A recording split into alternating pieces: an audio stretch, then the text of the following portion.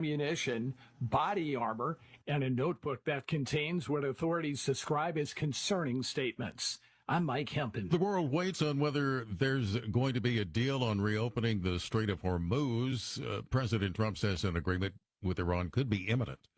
Florida Senator Rick Scott tells the Salem Radio Network the Senate moving forward with a deal with former NIH Director Anthony Fauci, who refused to answer any questions about COVID. The Homeland Security Committee, which I'm on, we're going to hold him in contempt. Then that will get referred to the Department of Justice. Then they'll make a decision what they're going to do. Remember, Steve Bannon and Peter Navarro went to jail over the same, basically, not being willing to answer questions. And a contempt finding could open the door to a federal investigation. That's into whether Fauci had a valid constitutional right against self-incrimination when he refused to answer lawmakers' questions at a hearing on the COVID-19 pandemic. More on these stories from townhall.com. Hi, I'm Kirk Cameron. Christian Healthcare Ministries is not another health insurance policy. If you're tired of year-long contracts and pointless restrictions, CHM offers anytime enrollment on your schedule and at your convenience. With CHM, you're paying half the cost of a traditional health insurance plan. So that puts more money back into your budget for everyday needs. Plus, you'll have access to CHM's care solutions for virtual appointments, prescription savings, surgery support, and more. My family and I joined in 2018, and it's changed our lives for the better. We love paying way less while helping other believers afford their medical bills. Take the leap of faith and see why Christians across the nation are better with CHM. Get started by calling 1-833-JOIN-CHM and use promo code WELLNESS for a 50% credit towards your first month. That's 1-833-JOIN-CHM and use promo code WELLNESS. This hour of News Talk STL is brought to you by Stifel, serving investors for over 130 years. Contact your Stifel financial advisor at stifel.com. That's STIFEL.com.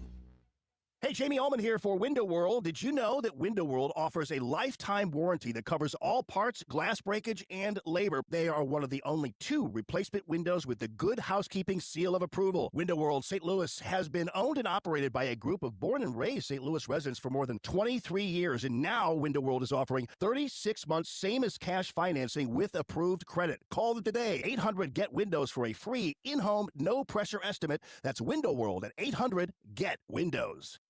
News Talk STL is proud to have Doug Voss of Safe Bunny Radio as part of our lineup each week. Doug has been a staple on the St. Louis radio airways for many years as one of the leading financial experts in the area. You can now hear Doug and Safe Bunny Radio every weekend on News Talk STL. But in case you miss anything, you can check it all out at DougVossSafeBunnyRadio.com. What else do our listeners need to know, Doug? Simply put, I focus on helping pre-retirees and retirees build, preserve, and protect retirement assets, and I've been helping my clients solve their insurance and financial needs for the past 33 years. I also strive to educate my clients on how to prepare for retirement, minimize the impact of market volatility on their assets, and deal with the challenges of increased longevity. Call me today at 844-676-SAFE. That's 844-676-7233. Doug Voss is a registered representative. Securities offered through DHL Securities, LLLP. Member FINRA and SIPC. From the News Talk STL Weather Center. It's a hot and more humid day today with temperatures near 90 degrees and building cloud cover. Watch for a few isolated late afternoon and evening storms, but heavy storms arrive overnight as the front stalls, and this does bring a flood risk for the area. Thursday is a first alert weather day because of that flood risk, with many of our counties under a flood watch. Temperatures tomorrow only rising into the mid-80s with all of that cloud cover and rain chances. With your first alert forecast, I'm meteorologist Leah Hill. This hour of Colombo and Company brought to you by Gutter Pros. Water goes where we tell it. Call 314-656-7195 or visit them at gutterpros.com.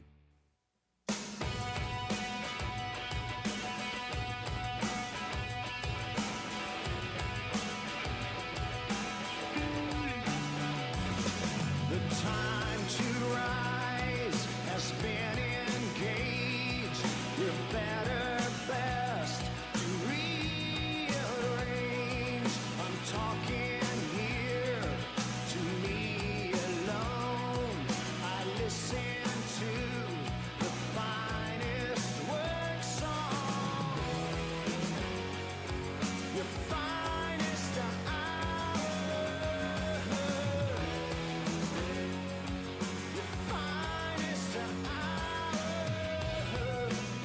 Well, hello again. Welcome to Colombo and Company on Wednesday afternoon, August 5th, one day after Election Day across the state of Missouri. We were in the studio last night, myself and Vic Porcelli, from 7 to 10 p.m., watching the numbers come in, covering the results as they were happening, along with the entire team here at News Talk STL and, others around the community, politicians, business owners, leaders, municipality leaders, checking in with us all night last night to help us analyze the results as we saw them happening. And I am not going to say, when it comes to the results, I'm not going to say that there were any major, just amazing surprises. However, there were some surprises when it came to the overwhelming numbers that we saw in some of these results, specifically when we talk about Amendments 4 and 5, which I have been just preaching about for weeks. And I don't think anybody saw the absolute overwhelming results that we saw against Amendment 4 and Amendment 5 yesterday from the voters across the state. 80-20 issues, that's what we talk about, right? That's certainly what Amendment 4 and 5 ended up being. So we're going to talk about some of these election results. We did see, one of the interesting things that I want to unpack as we go through the afternoon today, and of course we're going to get into all the national news as well. There's stuff to talk about with the United States and Iran, and the president saying that we are close to another deal. I didn't know we were still making deals. I mean, we have been covering this for the last few days, so I know that we've been back on that path. But, I mean, overall, right, don't you feel like I thought we were done with that part? I thought we were moving on. I thought we were getting a little bit more aggressive.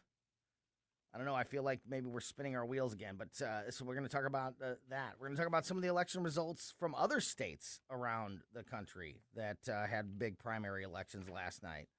Got an update on the upcoming government shutdown debate. The latest continuing resolution after the last government shutdown, that is set to expire at the end of September, which is next month.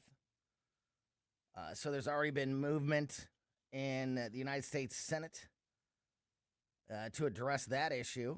And so there's some news there that I want to talk about today.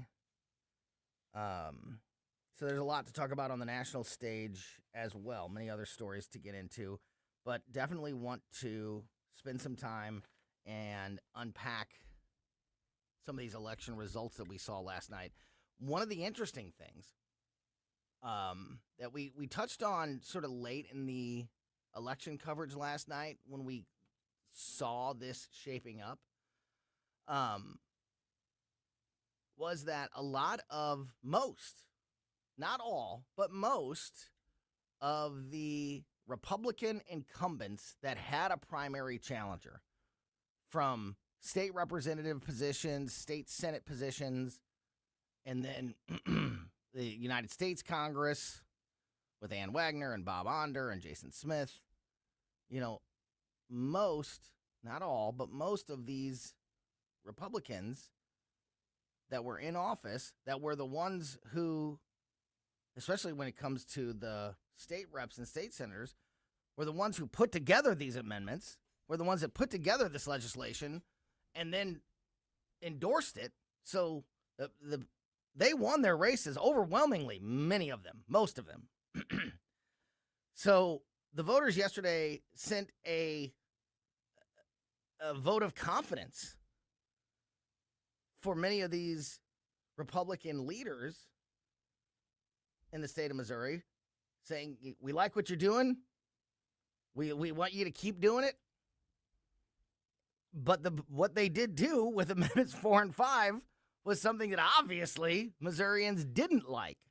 So you would have thought that with that, with a lot of the support and some of the big wins that we saw from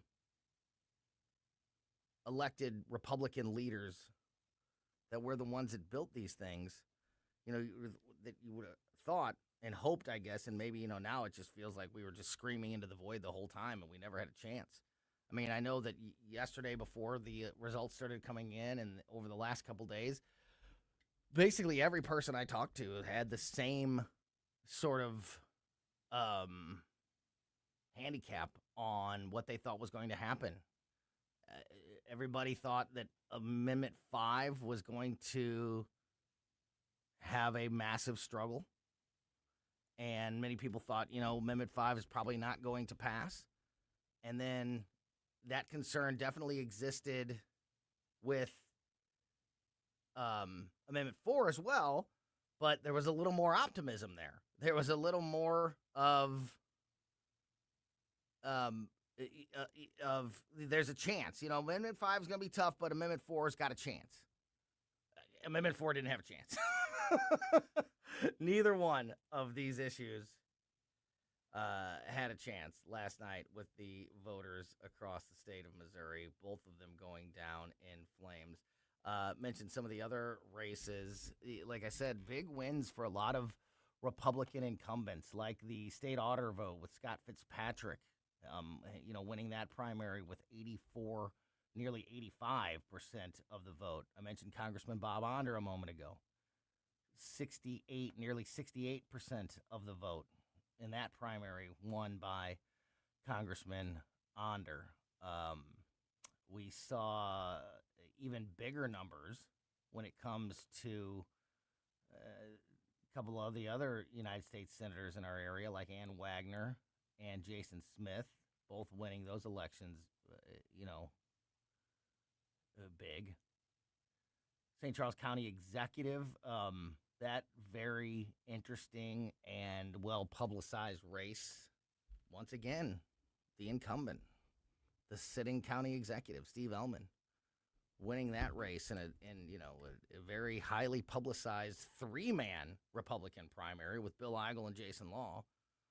Steve Ellman receiving 47.7, so nearly 48% of the vote there. Bill Eigel getting 31%, Jason Law getting just over 19%. So, another example of a Republican incumbent winning big.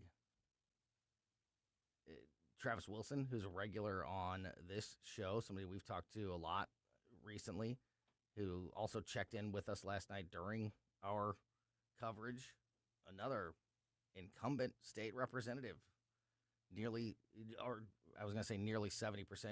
just over 69% of the vote, 69.2% of the vote. Travis Wilson wins in his primary there in St. Charles. So a lot of big wins and a lot of vote of confidence for many conservative leaders across the state of Missouri, but not so much when it came to some of the amendments that they put forward, like Amendment 4 and 5, which both went down, like I said, in a heap last night. One of the things that I want to talk about, we're going to get Rodney Boyd on the line with us here in about 5 minutes, and there's just nobody better to talk to. He was a huge part of last night's broadcast in kind of explaining. It was mid of evening when we talked to him yesterday, so not everything had been decided at that point, but certainly we certainly knew the fates of Amendment 4 and 5 when we talked to Rodney, so we were able to unpack those issues a little bit. I'm going to continue to do that. One of the big topics of conversation going into last night's election was voter turnout. And in St. Charles County, at least, I know, so last night St. Louis County was reporting that they were that it was around 28, between 28 and 29%. I don't know if that's where the final number ended up being. That was what they were reporting. That's what the county was reporting last night. So nearly 30% voter turnout in St. Louis County. If that number held, the unofficial number coming out of St. Charles County is 36%, essentially 35.9%. 35.9% voter turnout is amazing. I didn't think it would be that high. I mean, it's pathetic that a third of the people voting is considered to be a really high voter turnout, but unfortunately that is the case. And I think unexpected. So it's not that people weren't motivated, at least relatively, to a primary election in a midterm election year. You know, that's already going to hinder how much participation you get and how many people end up coming to the ballot box. But obviously the message that these were important issues, impactful issues that people needed to show up for. And, I'm talking about Amendment 4 and 5, but these other races as well, some of these other primaries that were massively important going into last night. So a lot of that motivation and energy got out there to the voters of Missouri. But I feel like it was a massive lesson to be learned about the importance of clear communication to voters, because I strongly believe that, much like what we saw with Amendment 3 in 2024, that there was a lot of misinformation and a lot of confusion. And maybe, speaking of Amendment 3, maybe the Republican Party trying to do too much at once and take too big of a step, because I just can't believe that that 80% of Missouri voters truly understood what they were green lighting when it comes to Amendment 4. And this continued abuse of the Missouri Constitution by well-funded, almost always outside of the state groups, political, well-funded special interest groups coming in and just constantly amending the Missouri Constitution. I feel like there was a massive communication flaw, and there was clearly a massive gap in funding, because the no on 4 and the no on 5 messages were everywhere. Radio, television, print, they were getting their message out, and they dictated the conversation from the very beginning. I mentioned yesterday when we were on the air that from the very beginning, if you were somebody who was trying to make the case for yes on 4 like I was, you were just immediately on your heels from the very beginning of the conversation, because there was so much funding and such a loud voice coming from the opposition. And, I think that funding shows you just how important having that control of the state constitution, how important that is to these various special interest organizations. So there's going to be a lot to unpack, and there's going to be a lot of impact from the decisions made by the voters in Missouri. And it doesn't stop now. We're just switching gears and now preparing for the November general elections in Missouri, but in Illinois and across the country. So there's still a whole lot to talk about when we talk about these races and many of these issues that we were discussing last night during our election coverage. Let's get Ronnie Boyd in here and part of the conversation and get his thoughts now that we've had some time to digest these results that we saw last night and continue to unpack the results of last night's elections, but also look forward to the next steps, the November elections, the upcoming legislative session. How does the body now address the income tax issue? Does this have any impact on how they will go about other issues like the personal property tax issue? Is this the end of IP reform? I truly hope not.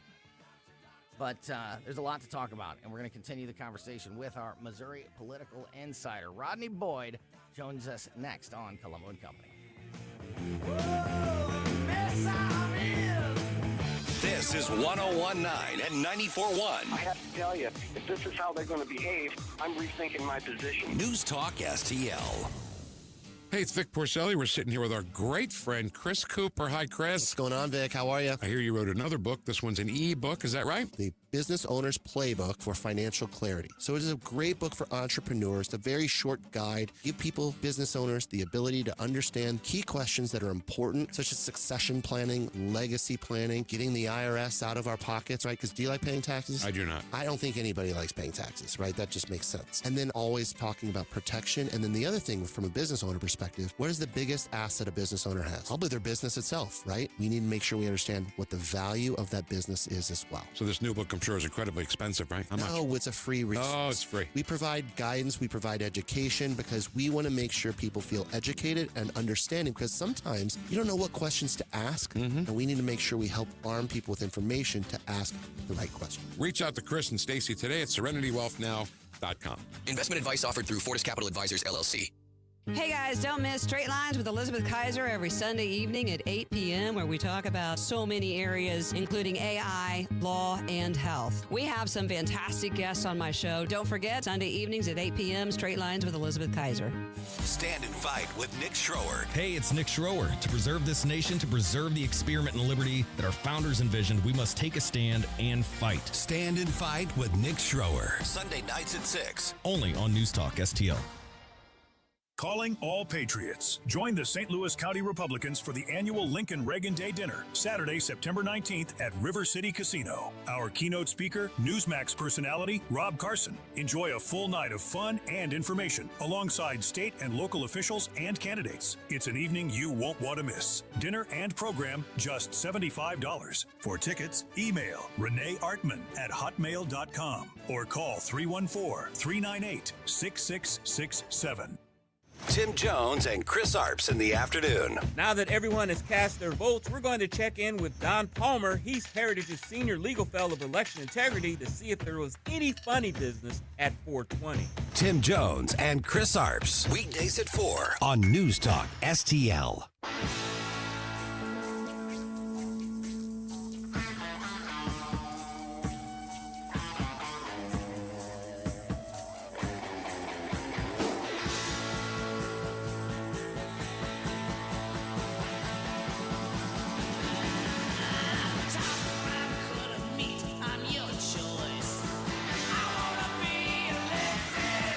Welcome back to Colombo and Company on 101.9 94.1 News Talk STL. Tony Colombo here in studio with producer Johnny, who is in for Ashland this afternoon. And we are connecting with our Missouri political insider, Rodney Boyd, who is on the line with us now.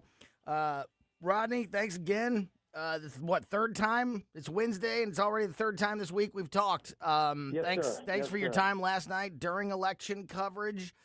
In that first segment of the show here, I was continuing to sort of unpack these results. I want to get into some of the conversation and dig a little deeper into the impact of these decisions that were made by Missouri voters yesterday. But before I get into my specific questions, after, a night to be able to sleep on it and digest these election results, what were your biggest takeaways from yesterday? So I'll compartmentalize it and I'll separate the initiative petitions from the elected individual elected races. Yeah, I think the main thing that we talked about this for weeks, you and I and many others, about the challenge that these two ballot measures face as they were presented to the voters, right? Missouri voters are pretty suspicious, cautious, whatever you want to say about measures that don't make sense or they can't easily understand. And so I always thought that typically would be an uphill battle. And you would have to spend a fortune of money to really say to people, hey, this is why, this is what, and this is how it's going to affect you. If you can't do the why, what, and how, it's going to be rejected. And no greater example of that than Prop 4 and Prop 5.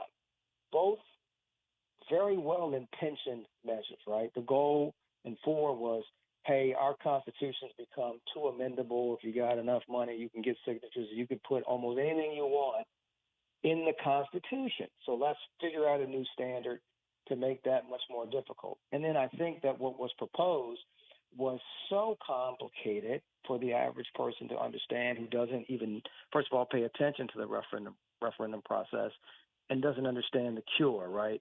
So I think people felt like there's something going on. People would ask me, and we talked about this in passing, what are these folks trying to do, and why now? I feel like something is off. And you had a great comeback for that. You said, hey, because it's taken years to get this measure through and get it before the voters. It took time. Yeah. But people just thought that methodology, that supermajority in all 8 districts, congressional districts, was just too. They were too unsure if that was the best way forward.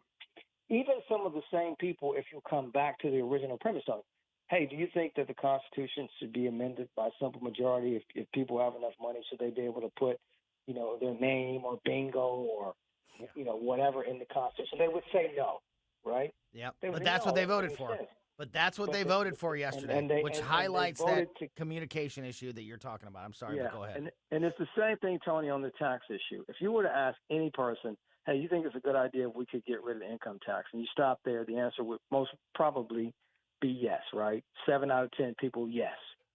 Then the next logical question is, well, what are you going to replace it with? And when you don't have a clear answer or a demonstrable sort of framework, people go, well, wait a minute. Well, no, I'm not going to just trust. And this once again goes back to this idea that it doesn't matter to people what political party is in charge. You're asking them to trust that you're going to, give you the ability to go to Jeff City. And I think that was a bridge too far for people. So I think what Missouri voters showed yesterday was they could agree with the problem and absolutely reject the proposed solution, which leaves us where, Tony? With the same problems, right? The same challenges. Yeah. So at some point, we as a state are going to have a real introspective adult conversation about the fungibility of our Constitution. Is one of the easiest to amend in the country, right? And then we're going to have a conversation about our tax policy because whether we like it or not, the current income tax model is not sustainable for this state because our state is not growing. Right? We're not growing in population. We're not growing in corporate or individual population, Tony. What that really means is our cost to be Missouri is going up every decade. Costs for our health care, education, all these things cost. And the Republican legislature has done about as much cutting as one can do in terms of cutting the budget, tightening the belt, right? But that is not the methodology that is going to get this state through the next 10, 15 years. So we're going to have another conversation, Tony, about the tax structure in Missouri and about the constitutional amendment process. How difficult is it going to be to have those conversations, Rodney? Because after a loss like this last night, this wasn't like it was, this wasn't like a 60-40, which 60-40. No, it was 85, 90. Yeah, it was 80+% on both of these issues. That's catastrophic defeat. So how do Missouri lawmakers look at, let's talk about Amendment 5 for a second and just the income tax issue. Not only how do they try to readdress that issue, but how much impact does this have on other tax-related legislation like when we have the personal property tax conversation? What are the lessons and takeaways and maybe some of the problems that were introduced by this catastrophic failure when it comes to the income tax? I think the biggest takeaway is you have to be completely honest and transparent with the voters about, first, the problem, and you have to be as equally honest and transparent about the proposed solution, right? Where people fell off on Amendment 5 was they didn't see the solution. They weren't willing to sort of gamble on, well, if we give you the ability to, if we say, yeah, repeal it, you're going to go to Jeff City and create a new tax scheme that's going to be good for us. People just, we're not wired like that as Missourians, and quite frankly, as Americans. We want some sense of what you're going to do. What are you proposing? And time again, when people couldn't answer that second query, people just said, well, I'm not buying it. And so I just think, look, whatever the methodology is, it has to continue in the vein of, we have a challenge. We have a real fiscal challenge in this state. And we're seeing it now play out in real time. And I think the pain points that are coming, what I mean by that, for about a decade or longer, because this state was infused, and many states were infused with federal money, right? When Obama was in, he had federal money coming down for all kinds of things. When President Trump's first term, because of the pandemic, CARES Act money, hundreds of millions of dollars coming in, then Biden gets in, and same thing. So for 15 years or so, our state budget has been infused with federal money for infrastructure, broadband, healthcare, all these things, right? That era is over. We're done with that. We now are literally going to have to live as a state within our means, and our means aren't meeting the need, in terms of our education, in terms of our elder care, in terms of our infrastructure. And so that's what's going to trigger the continuation of the conversation. But clearly the voters have said, that approach we reject, right? Yeah. We reject it. So a lot of smart people are going to have to get back around the table and come up with a way to, once again, clearly articulate the problem and propose solutions that Missouri voters clearly articulate the problem. Yeah. You've highlighted that multiple times, and I think very importantly so, because that was the problem. I will not accept that. You said it perfectly a moment ago, that if you were to ask, your rank and file voter in Missouri, do you think it's appropriate that somebody could just collect enough signatures that they would be on a statewide ballot to amend the Constitution for something as trivial as, I just want to put my name in the Constitution, or I want bingo to be in the Constitution? Every voter would say no. That's not appropriate. That's not appropriate. I think that's a fair and accurate reflection of Missouri voters. But that's what they voted for yesterday. That's what they overwhelmingly voted for yesterday, because they didn't understand the issue. Maybe some of them did, and I'm sure there are some that do feel like that's an appropriate system, but I can't imagine that the majority of voters feel like that's an appropriate system. So you nailed it. Clear and articulate messaging to the voters, and I think a lesson was learned about, and this is no surprise, about how much influence money has on elections. Correct. Absolutely. The opposition to 4 and 5, the voices were so much louder. The funding was so much better. And so their message was out there. I mentioned, I think, to you yesterday that, from the very beginning, just opening a dialogue about Amendment 4 or 5, you felt like you were already on your heels. No, absolutely. Listen, Tony, go ahead. Because the basic idea that we all can, I think, agree, it's much easier to destroy than to build. It's much easier for me to oppose something than to pass something, because the opposition ties into our natural suspicions anyway, right? And so if we're already people that aren't necessarily hardwired to trust the government, to trust what an advertisement says, then it's much easier for me to appeal to that aspect of it by telling you, you can't trust this.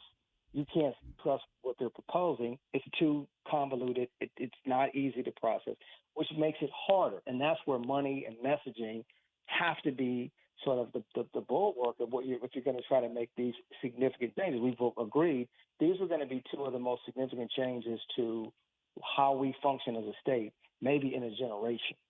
So there's no way to do those changes without that kind of transparency, clarity, agreement about the problem, and then buying into the solution, right? And that's where this thing fell apart. Not enough clarity about the problem at all. Many people were asking me like 2 days before the election, now what is this referendum thing? What is it even about? Yeah. And these are people that were educated people, well-heeled, read the newspaper, So it wasn't like people who just aren't plugged into the realities. This was just an obscure process that most Missourians are not familiar with. Yeah, it would have taken a lot more funding, a lot more clarity about the problem, and build a consensus around that problem, and then a solution that people thought made sense. Well, we got a couple minutes left here with our Missouri political insider, Rodney Boyd. Let's set the amendments aside for a moment. As I mentioned last night and again at the beginning of the show here, despite these two amendments that were backed by and created by, written by many of the Republicans that won big in the ones that were challenged in primaries across the state of Missouri, there was a ringing endorsement for most, not all, but most Republican incumbents that had a primary challenge yesterday won, and many of them won in big ways, but not every single one of them. And there was a couple of elections that may kind of shake up leadership in Missouri in the Republican Party. Look. Talk about the impact that some of those races might have had. The individual races, especially in a state like Missouri, most people don't really think about this. Look, Missouri is a state that is influenced and we're pressed upon by 8 other states, right? What I mean by that is we in the St. Louis region, we're acutely aware of what's happening in the Metro East. If you live in McDonald County, Missouri, you're very aware of what's happening in Arkansas and even in some cases Oklahoma. You're in that news cycle. So all politics is local, right? Now, the Republican Party has had a 20-plus year run in terms of Jeff City and statewide offices. And I think that motif is still here to stay. But there's a lot of things happening within the parties that played out yesterday, right? People voted their fear, their anger, their concerns. And so some incumbents who people didn't believe were zealous enough on the issues that they care about, they lost. Many incumbents and many people who have tapped into that core, local core, they prevailed. But it goes back for me to the idea that it's one thing to vote on a person you can know, you can read about, you may know about, some cases may have been knowing about for a decade or more in a particular office. And that's a local political assessment that people made, right? I know this person, or I want to keep this person, or I know this person, and I don't like what they've done with the power that they've had, right? That's how those local races played out across the state. And that's consistent with the premise, once again, that all politics is local, right?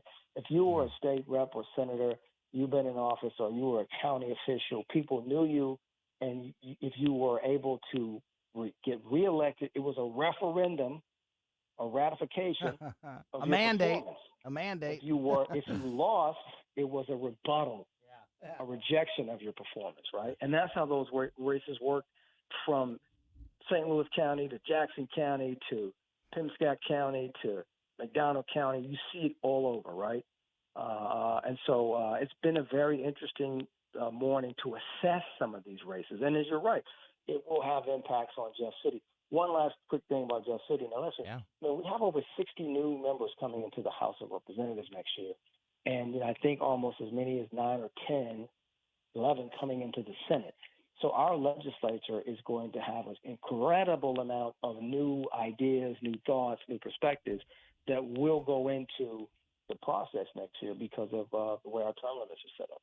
Yeah, and that is not rare in Missouri because of our term limits system here, that there are new lawmakers in every year. This sounds like it's a little bit more even than usual.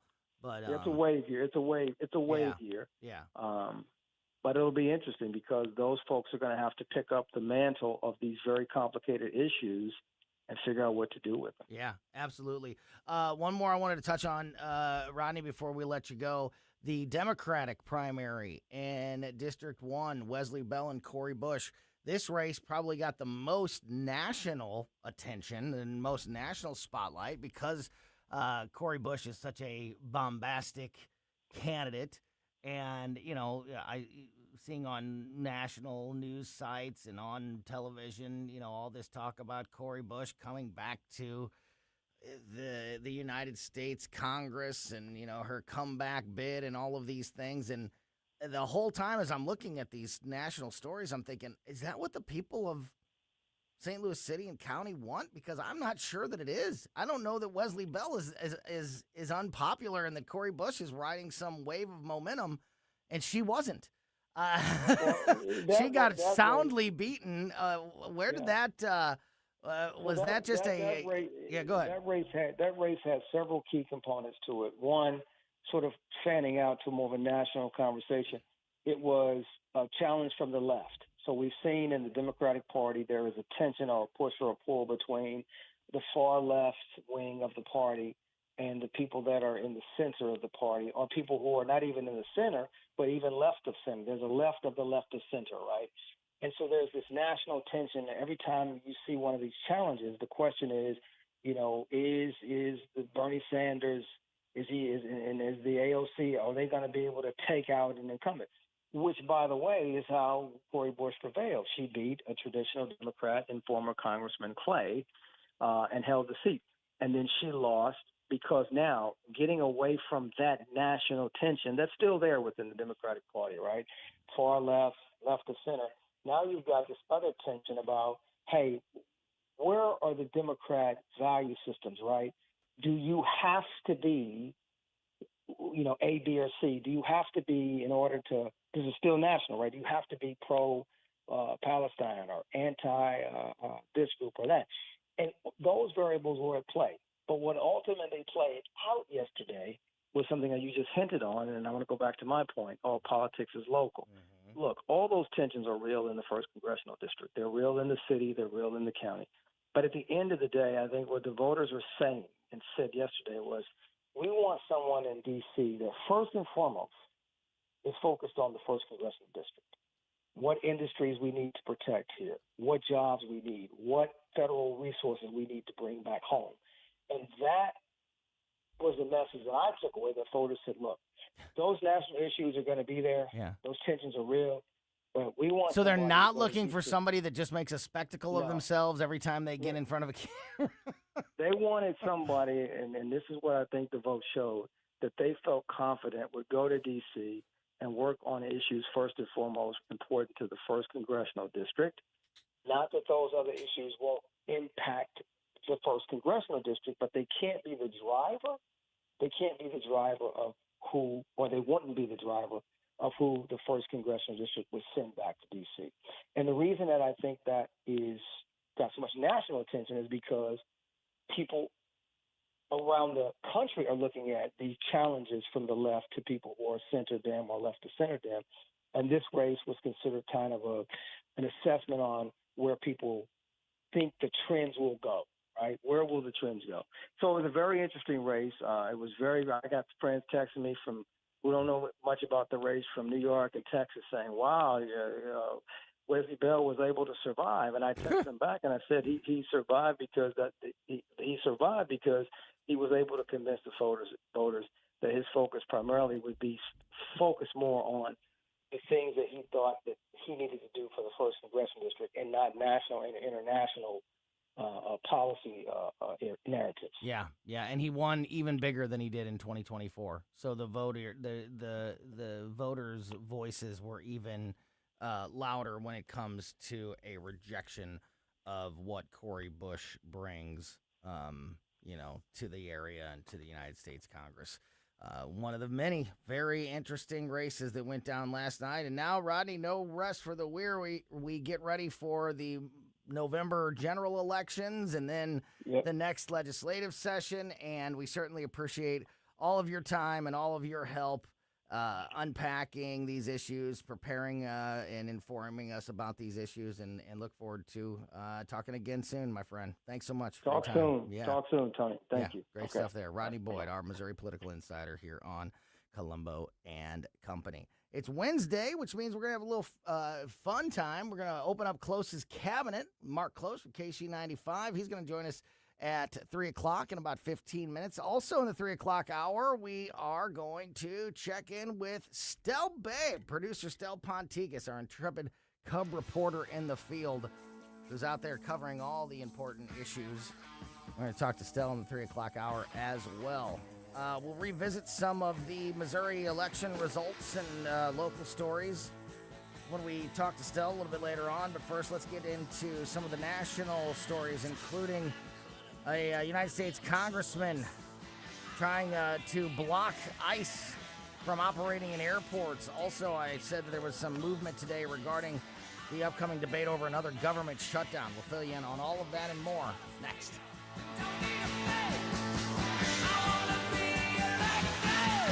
If you have a phone, you have a radio. Download the all-new News Talk STL app. Love the all-new News Talk STL app. On my way to work in the morning. Usually I'm in the car. I listen on the app in my car every morning going to work. Download the News Talk STL app and listen anytime, anywhere. I'm Dr. TJ, owner of the Institute of Natural Health, co-owner of Optimal Nutraceuticals, and the host of Wellness One. Wellness One is designed to cut through the nonsense and provide you common-sense science-based information regarding health and wellness. On the show, we discuss topics like thyroid health, gut health, hormone optimization, and many others. Our show airs Saturdays at 10 a.m. and 2 p.m. and Sundays at 11 a.m. and 3 p.m. right here on Newstalk STL. And you can visit us at inhstl.com. That's inhstl.com. Hi, it's Ken Williams, and my favorite Capriati sandwich is the Capistrami. You've got hot pastrami, melty Swiss cheese, crunchy coleslaw, and zesty Russian dressing. What else do you need? I love Capriati's, and you will too. On Manchester at McKnight and Rock Hill, and now in Creve Coeur on Olive, just 1 mile west of 270. You never know who you'll run into at Sugar Creek Golf Course. Stop by the News Talk VIP Lounge inside the Sugar Creek Clubhouse and catch familiar faces like Jamie Allman, Mike Ferguson, Tim Jones, Nick Schroer, and more from the News Talk STL team. Grab a cold drink, say hello, and take in the atmosphere. And before you leave, swing by the Pro Shop to pick up your official News Talk STL polo. The Sugar Creek Pro Shop is the only place you can get one. It's all happening at Sugar Creek, so don't miss it. This hour of Colombo and Company brought to you by Gutter Pros. Water goes where we tell it. Call 314-656-7195 or visit them at gutterpros.com.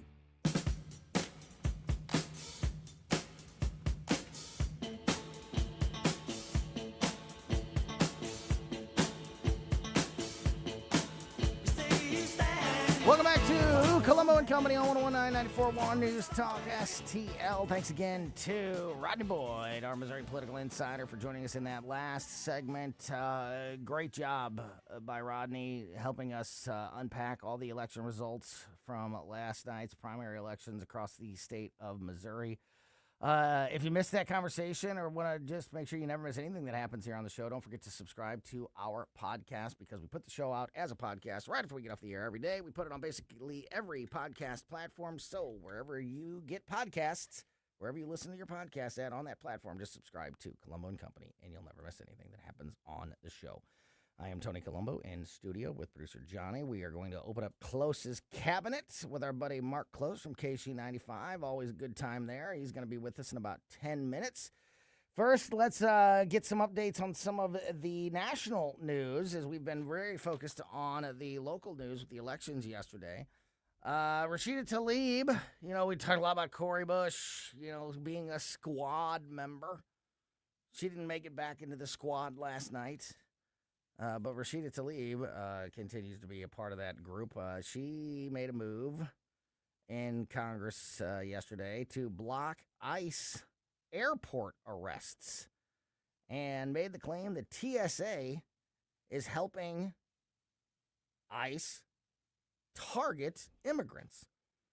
Progressive Democrats are taking their war against President Donald Trump's handling of the Immigration and Customs Enforcement, ICE, to the skies with a new effort led by far-left Representative Rashida Tlaib out of Michigan. Tlaib introduced a bill yesterday aimed at blocking ICE and Border Patrol agents from arresting air travelers, from accessing air travelers' data, called the No TSA Data for ICE Act, which would curb federal immigration officials' ability to arrest non-citizens at U.S. airports. No problem with arresting U.S. citizens at airports. We just don't want to arrest the immigrants at the airports. That's where the problem comes in. A TSA spokesperson ripped into Tlaib in response to the bill and argued that this bill would make the U.S. vulnerable to terror attacks. Quote, as we approach the 25th anniversary of the horrific terror attacks of 9/11, 25 years. Can you believe that? How many terrorists have they caught since then? Just curious. So what's the number? How much has the terrorism issue been? Yeah. How many iPods and laptops have they stolen? Way more than they've caught terrorists. Yeah. Great point. It's not about safety. It's not about safety in any way. What's her pushing deal? A political agenda. What's the deal with certain things within the government thinking that they don't have to talk to other government? Yeah. Or that they're going to try to make like it's kind of like they're all in the same gang as far as I'm concerned. Yeah. And if the IRS calls the TSA and says, "Hey, give me some info on such and such," they're all the same to me. As far as the way I look at it, okay, you're all three-letter agencies doing your three-letter agency thing. Mm-hmm. And if one calls another, you would at least expect professional courtesy. As a member of a government agency. Unfortunately, because of the obstruction, and look, people on the right do this kind of thing too, but the left, the progressive left, has been out of control with it. If it helps their agenda to make it more difficult for these agencies to communicate, then they'll do it. And this is a perfect example of that. We don't want TSA to be sharing any information with ICE. We saw it with Doge, where they were like, one didn't know. They were like, well, with the Social Security or something. They were like, well, we can't give you access. What do you mean you can't give me access Sounds like to you that? got something to hide, doesn't it? Yeah, I'm a government agency calling another government agency, asking for some government agency stuff. Yeah. And you can't give it to me? Yep. And the bottom line is, and that's a great way to put it and just prove that it's not about efficiency. It's not about communication. It's not about truly keeping people safe. It's about advancing your political agenda, trying to protect illegal immigrants, and in this case, and in many cases, at the expense of U.S. citizens. Treat everybody equally, including the criminals. But we don't do that. If you're a U.S. citizen criminal, you're in big trouble. If you're an illegal immigrant, you commit a crime, not as much of a problem for you. And this is another perfect example of that. So, fortunately, this is mostly probably just a performative effort because Republicans, of course, have the majority in both the House and the Senate. So this bill is not going to pass, but it does show you the mindset. It shows you the agenda. I tried. I'm doing my best up here to fight ICE for you people. I did my best. I'm trying. Exactly. That's exactly right. Also, Chuck Schumer today claiming victory as the Senate moves to avert a government shutdown. However, the Republicans say it was Schumer and the Democrats that actually got beaten in this latest little exchange. The Senate quietly moved its solution to halt a government shutdown through another key step as the tenuous truce between Republicans and Democrats continued to hold. The upper chamber advanced its continuing resolution, another CR, unanimously today. This is not the final vote, so this is not done yet, but it also is just a massive eye roll. And either side trying to claim victory on this issue ever is ridiculous because all this did, so this new CR pauses things until December 11th. So now instead of having a government shutdown conversation at the end of September, we're going to do it at the beginning of December. That's literally the only thing. Right before Christmas break for them, right? Yeah, instead of doing it, right as we're getting ready for Halloween, we're going to do it right as we're getting ready for Christmas. That's literally they're going to be pissed. Difference. They're going to get called back, too, or they're going to shut it down and be like, sorry, couldn't do nothing about There's it, no guys. difference here. There's no winner here. There's a lot of losers, including the entire country, because we just cannot ever get anything on track when it comes to a budget or addressing the federal deficit. This is just another example of us kicking the can down the road, and certainly Chuck Schumer trying to claim some sort of victory is Chuck a E. joke. Cheeseburger. Yeah, but Republicans don't have anything to be proud of in this regard either. All right, we're going to get back into some of these national issues and continue to unpack election results in the 3 o'clock hour, especially when we talk to our good friend Stel Babe, producer Stel Ponticus. He'll be with us around 3:30, 3:40 this afternoon. And we are going to be joined by Mark Close for a little Close's Cabinet in just a few moments. Another quick reminder that if you want to make sure that you never miss anything that happens on this very busy program on a very busy week like we have had this week, make sure you are subscribed to our podcast on your favorite podcast platform. But also, you can watch this show live or access the live stream afterwards. So I think podcasts are the best way to make sure you never miss anything on the show, but also the live streams. Not only can you watch us live every day on Facebook and Twitter and Rumble and, usually YouTube, but we've been suspended off of YouTube many times. I think we're clear today. I wouldn't count on YouTube. Don't even give me your money. Go to Rumble. Yeah, go to Rumble. Go to Rumble. Maybe even Facebook. I don't endorse Facebook very often, but Facebook or Twitter also definitely more reliable. Check out the live stream there, and don't forget about the News Talk STL app as well.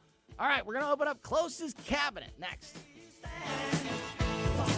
There's always something to celebrate in Augusta, Missouri, just 1 hour from St. Louis.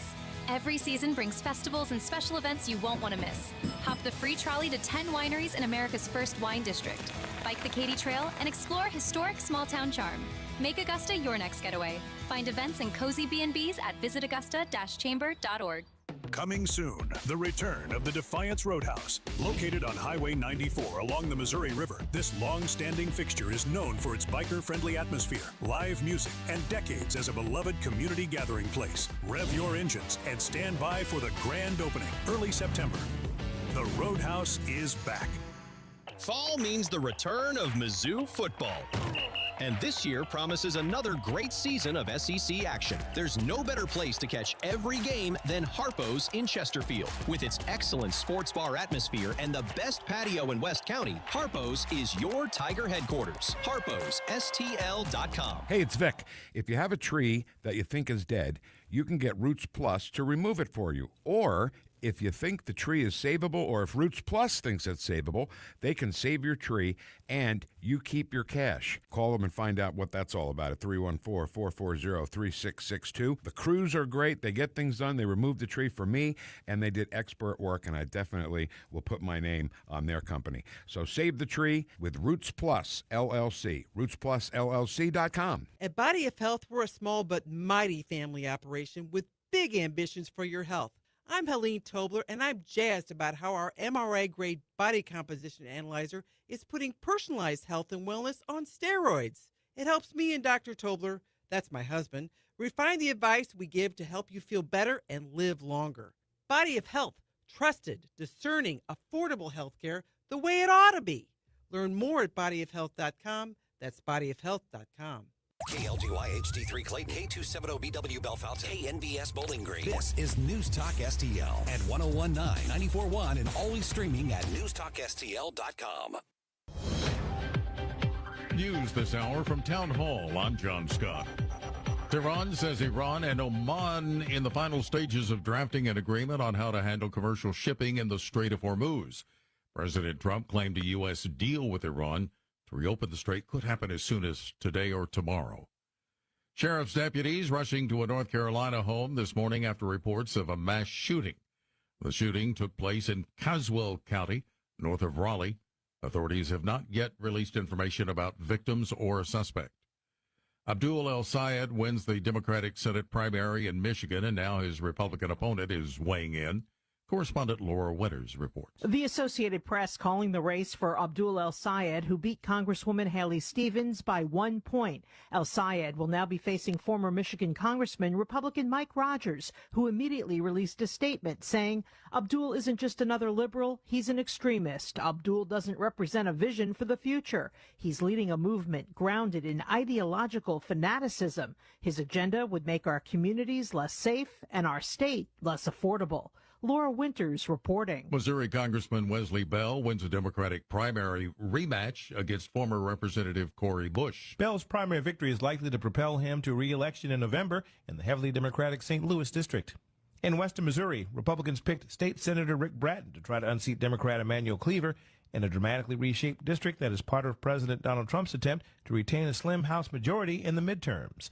In northern Missouri, Republicans chose former Salem Radio Network talk show host Chris Stegall as a potential successor to retiring Congressman Sam Graves, chair of the House Transportation and Infrastructure Committee. Bernie Bennett reporting. And the Senate has confirmed Dr. Erica Schwartz as director of the Centers for Disease Control and Prevention. More on these stories from townhall.com. Hey, y'all, I'm Willie Robertson. And I'm Corey Robertson. We partnered with Echo. It's a new platform, not just streaming. Movies and series that are safe for your family. I love a podcast. Plus, Echo Daily Devotionals. Echo. Hey, Willie, what is Echo? Echo is my pet squirrel. Okay, now, Echo is not just faith-friendly, it is faith-driven. Be a part of something better. Echo. Echo. Where I want to be. That's EKKL.com. Subscribe now.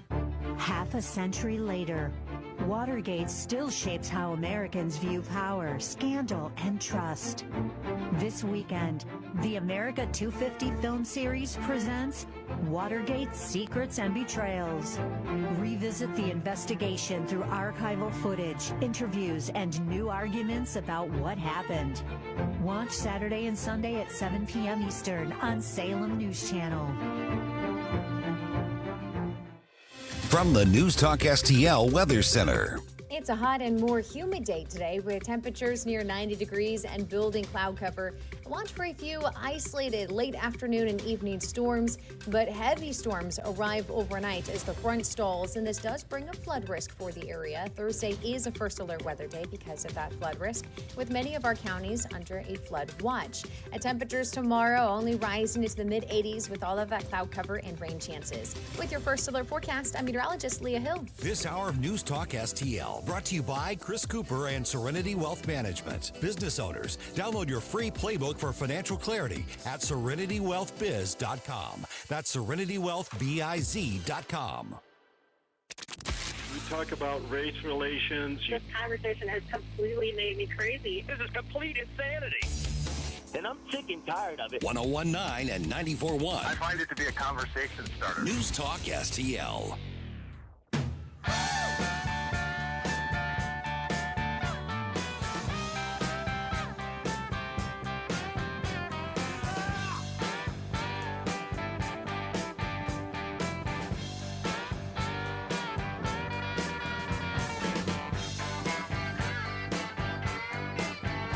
Welcome back to Colombo & Company.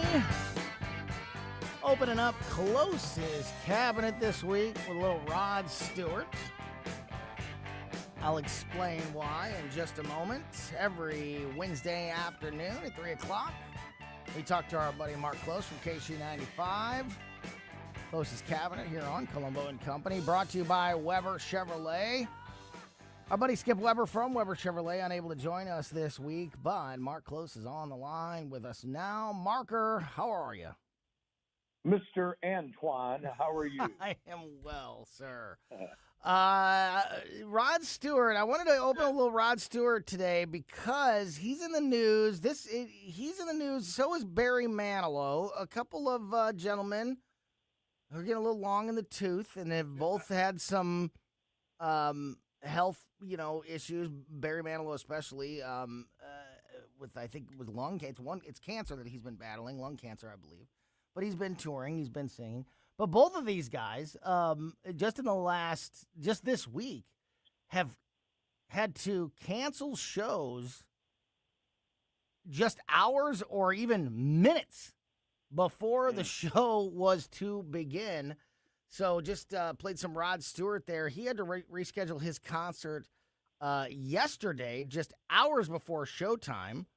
He was forced to scrap a show in Niagara Falls, Canada yesterday after a mechanical fault grounded his aircraft. So that's an interesting one. And then the Barry Manilow story is a little bit more serious, or maybe because we have a little bit less information. Barry Manilow canceled his concert Monday night. Nope, last night also. 45 minutes before it was scheduled to start, and it was just posted. The only explanation given was due to unforeseen circumstances. Tonight's show in Lexington has been rescheduled. You can't help but worry when you start to read stories like this, and these guys are, for whatever reason, having to cancel shows, if not hours, minutes before they're scheduled to start. What's your worst experience with something like that? Have you ever been already at the venue and a show gets canceled or postponed or something like that? Yeah, but the only one I can remember, and this was like 72, maybe right when I was getting into radio, I went to the Kiel Auditorium, and the show was Joe Cocker, The Who, and Led Zeppelin. Okay. All on the same bill. Yeah. And about halfway through the Who set, they came out and announced and said, hey, Led Zeppelin, plane problems, some can't make it. They won't be here. So the Who ended up playing even longer set than they normally do. And back in the day, destroying all their equipment and doing all that. And it was amazing. But it's interesting, when I heard you playing the song, it got me thinking. And again, part of that, like you said, I'm sure Rod Stewart's 81, Barry Manilow is 81 or 82, maybe somewhere around there. I think he's like, 82. And you're right about Rod Stewart, 81. Both these guys in their early 80s, yeah. So Saturday night, this past Saturday, we're at St. Ferdinand Park. Yeah, baby. Florissant. Uh-huh. And it rained the entire time. I mean, it misted the entire time. Yeah. We had Danny Liston of Mama's Pride come out with his guitar player, Matt, opened the show, did a phenomenal job. Then we played close quarters. Danny came and did Midnight Rider with us, Allman Brothers. Dang. And then finishing up the show was an 86-year-old Billy Peak. Yeah. And burn the joint down, which is hard to do when it's all wet. And he did it, man. And he did Hot Legs, because when you hear Rod Stewart's song being played, that's Billy Peak playing guitar on Hot Legs. That's right. And he did a version, and I'll tell you what, the crowd, a good amount of people showed up. Crazy people, because it was raining, and we appreciate that. But I tell you, Billy worked that crowd, had them in the palm of his hand at 86 years old, and just did 45 minutes of some of the best live rock and roll I've seen in a long, long time. So I guess, Ringo's 85 or 86. He still goes out, the Ringo Star All-Stars, plays drums and sings. I guess hell, man, Willie Nelson's 94. Yeah. And he goes out and he plays. So I get it, man. I mean, I'm 73 and my ass is dragging, so I can imagine what it's like with some of these guys. So you hate to see, medical problems. Bon Jovi was playing 5 nights at Madison Square Garden. He had to call one show because he didn't feel well. And, he had throat operation a couple of years ago and was coming back, sounded good from all indications. It kind of brings up a good point. You might even pose this question out there. You go to a show. You pay really good money to see a concert, your favorite concert. Going into it, maybe the night before, you hear the headliner is not feeling well. Yeah. All right? He's just not doing great.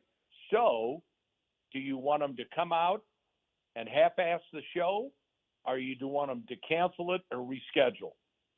Yeah. What do you want to do? That's a great question.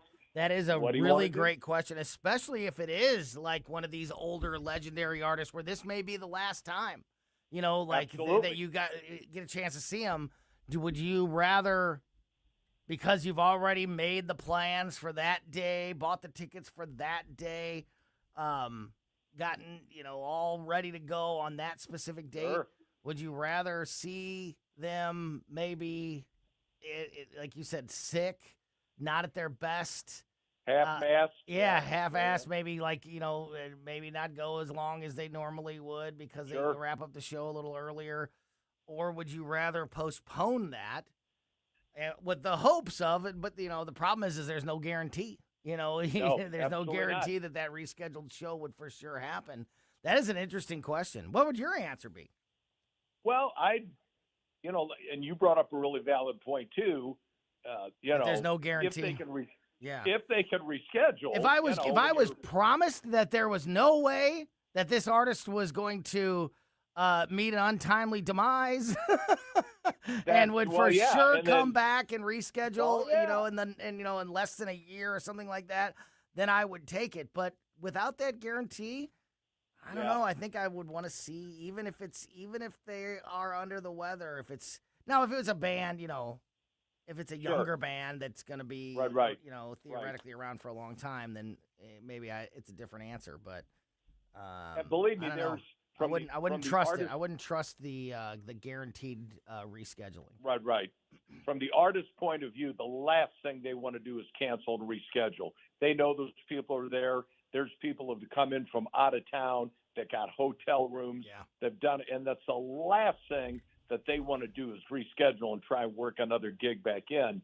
But again, I've played gigs before where I didn't feel great, and I'm not singing. I'm just back there beating on stuff, so it's not that big a deal.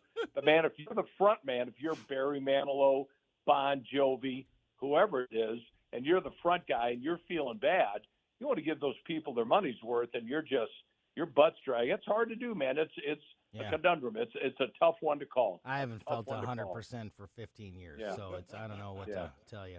We got Mark Close on the line with us. Close's Cabinet here on Colombo and Company, brought to you by Weber Chevrolet. This is an interesting list that has been made by the internet, and I want to see if you think that it's accurate, because according to the internet, this is a list of things that are now socially acceptable that just as recently as 10 years ago were not socially acceptable. I want to see if you agree. All right. Number one, location sharing.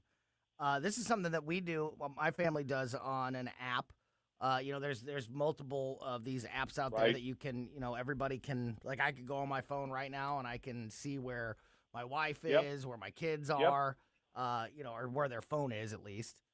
Sure. And, you can even, a lot of people track their friends. I know my daughter will be like on, looking at their phone, and like, I'll be dropping her off somewhere and she'll say, "Oh, I'm waiting for so-and-so. I want to walk in with them." And I'm like, "Well, where's so-and-so?" And they're like, and she's like looking at a map. Away. Yeah. Looking at a map, like she's turning the corner right now. It's not just family necessarily. It's something that the friends are doing now. People, according to this list, 10 years ago that would have been pretty creepy, but today it's considered normal. You agree with that? Kids, I did it with Beener for a long time, especially when I was paying her phone bill. She started arguing. I'm like, well, exactly. As long as it's my phone, I can track my phone. Damn tootin', sister. I can tell you what kind of phone cover to put on it. But now that she's, and we were doing it for a while, she's way the hell out in California. So it's, but as a parent with a kid, I like the idea. Now if you're married, and you tell your wife that you're going, the ball game, and all of a sudden she sees you popping up down at Coral Courts down at Watson Road, then you might be in trouble. That could be a problem. Yeah. But and I guess that 10 years ago, I didn't even know it probably wasn't possible. I guess maybe it was with phones at that point, but I don't know. I don't think it's that big of a deal. It's, you know what? And I'll open the Pandora's box of this because I really don't care. Cameras. security cameras, and they put them up all over, and people start bitching and moaning about, that takes away all our, the privacy and blah, blah, blah, and doing all that. And I'm like, well, and again, this is me. If you're not doing anything you're not supposed to be doing, what do you care? Yeah. You know what? This is going to surprise you. I actually agree with you on that, except that what you just said I agree with. I'm a libertarian through and through. So surveillance, government spying, that's a big no-no. That's a big, big problem for me. But when you are in public, you don't have the right to privacy when you're in public, because that's the difference. If you're spying on if you're tracking my phone, you're accessing my personal Ring cameras to get data from me or whatever. That's a big problem. If there are cameras in busy areas and intersections or whatever that can be used by the police to track criminals, I'm actually okay with that. The problem is, however, that a lot of these cameras are not just there for security purposes. They are tracking our movements and selling our information. This person's always driving by these stores on their way to work, and so they're the kind of people that might buy this. So we should advertise. That's where the problem comes in when they start when it's not about security. Yeah, it truly is. It truly is spying and tracking and selling our data and making money off of our personal information and things like that. Where I get it, where that's where my problem comes in. But I agree with you. Like overall, and I think that surprises a lot of people when I say that I don't have a problem with the cameras necessarily. I do have a problem with the way that data is being used and sold. I agree. Well, you know what? And it's like people started complaining about, that they don't have any privacy. I remember seeing a guy on TV and he was complaining and the whole time he's holding his cell phone and shaking his cell phone. I'm like, dude. You don't have the right to privacy. You don't have the right to privacy in public. You have the right to privacy in your home, in your vehicle. Right. You have the right to privacy on your property, and and all of those things. Certainly, you don't have the right to privacy standing on a public street. And if you got a cell phone, they know where you're at. Yeah. There was a guy on CBS News the other morning. They got a new big conversation about, can your phone be listening to you? Because sometimes people. Well, they'll talk about, we're thinking of buying a golden retriever, and all of a sudden, all these ads 100% from It happens. This guy swears, absolutely swears. He's an expert in security. Says your phones are not listening to you. No, that's a lie. He's lying because he's lying. I know if you punch something in, then they got you. I'm going to give you one. I'm going to give you one that'll blow your mind because it blew my mind. This is my best example and proof that the phones are listening. And this is something we talk about on Tuesdays with Mike McClary, who's our big tech expert here on the show. We talk about this a lot. I'm Italian, and I had never heard the term lasagna soup. I didn't even know that was a thing. I knew lasagna was a thing. I love lasagna. I don't know. Yeah. I had never. Have you ever heard of lasagna soup? I had never heard of lasagna soup until about 4 months ago, and I told this story on the air right after it happened. We were in the kitchen having a conversation, and I asked my wife. I wasn't online. I wasn't Googling anything. I wasn't searching anything. I wasn't doing anything with my phone or a computer in any way. And we were talking about dinner that night, and I said, what are we having? And she said, lasagna soup. And I said, what the hell is lasagna soup? Yeah. And we had a conversation about lasagna soup. I had never said those words or even knew that was a thing. 10 minutes later, I was watching a YouTube video, and I got an ad for one of the local supermarkets. And this woman comes on and says, I have the best recipe for lasagna soup, and I can get all of the things that I need at so-and-so supermarket. And I almost fainted because I had never even heard of lasagna soup. Had a conversation about it in my house with my wife. Just a conversation, no digital anything, and I'm suddenly getting an ad for lasagna soup. There is no way that you could convince me that is just somehow the most amazing coincidence that we have never even talked about lasagna soup ever, and that I got that ad. That was, and I've got a couple more that are pretty amazing as well. I had a conversation with my mom about moving a piano, and again, it was a phone call. I mean, so I was on my phone, but I wasn't online, and then I started getting all these ads for piano movers and piano lessons. Okay. But yeah, so but I think they're spying, Daddy. I think they're spying. The lasagna soup thing, you were not on your phone while you were talking about it. Nope.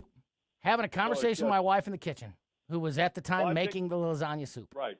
I think I don't think it was the phone. I think your house is bugged. That could be. I would check, with the FBI or something. I think. Well, you are. They're the ones doing it. Yeah. They're the ones doing it. I had another one here I wanted to, because they're kind of targeting. Kind of targeting your generation with this one. Where did it go? It was, it was about boomers and their problems. Speaking of supermarkets, okay, here's what the internet says. Again, I want to see if you... The internet has nothing nice to say about boomers. No, ever, they do not. Let it rip. Yeah, but the internet, the internet is often not accurate either. So let's see. Let's see, Mark, if you agree with this.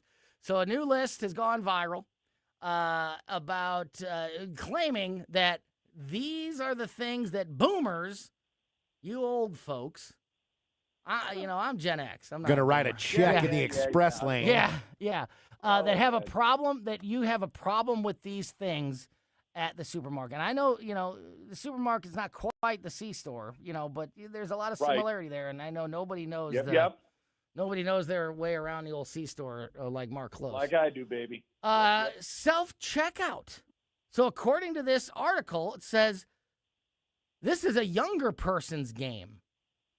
In a previous poll, 62% of old folks said they preferred a cashier-assisted checkout, therefore not liking self-checkout. Mark, do old people hate self-checkouts? Because I never really heard that one.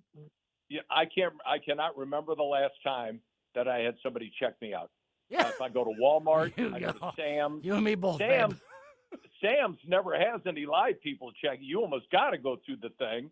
And I will say, like at Schnucks, where they've got like 8 of them you go through, they always have somebody hovering about so that when you try and weigh your grapes and it comes back, $700, they trade that out. Yeah. But no, I use. They have one person monitoring a dozen self-checkouts. Exactly. Yeah. So it's like, I use self-checkout all I think the time. that's fake news. I think that's fake news. What about this one? Bargain grocery stores. This article says boomers prefer classic supermarkets rather than dealing with the lack of inventory and organization at bargain supermarkets. My grandma, who's been gone for a while now, but was, they did fine. My grandparents had a very successful life. They weren't hurting. Certainly when it came to buying groceries, she still bought all of her groceries at Aldi every week. So she was, beyond a boomer, greatest generation. And she shopped at bargain supermarkets. Do old people hate bargain supermarkets, Mark, or is this another example of fake news? I don't, I think it's a jump ball with my friends, 50-50, go to like an Aldi or Save-A-Lot or something like that. And it usually the way I've heard it from them is like certain things they'll get at Aldi, but certain things they'll go to Schnucks or Deerbergs or one of those. So they that's a great thing too. When you're our age, you have free time. You can go to 14 grocery stores to buy 10 items. I mean, it's like giving you something to do and a reason to get up. It's like, we're going to North County to buy cheese. Yeah. It's the way it is, man. It's just the way it is. Yeah, that So, just doesn't sound right to me either. How about this one? Yeah, How about this one? Neglected shopping carts. Nobody hates a neglected shopping cart like a boomer. What are they? Like What, like like when somebody leaves a shopping cart, like they don't put it away and it's just in the parking lot. Maybe it's like wedged up. Yeah. Is that an old person thing? Because guess who else hates that? Me. And I'm not. Right. No, I was going to say that's just swamp Put your goats that are shopping out cart away, shopping. you loser! Like that doesn't. Yeah. Is that Yeah, an old person thing? Because if it is, No, I that's- guess I'm an old person. No, that's a big swamp goat Hoosier thing. Put the damn cart away. Push your cart over. It'll take you all the. I know you're an important individual, but you got 10 seconds to go push the cart back where it belongs. Yeah. That's got nothing to do with age. Right. That's losers. This whole That's list, losers. I'm telling you, they're trying to target you. They're trying to target Yeah. you here, and it's just a bunch of fake news. How about this one? This is another one that I think generic brands.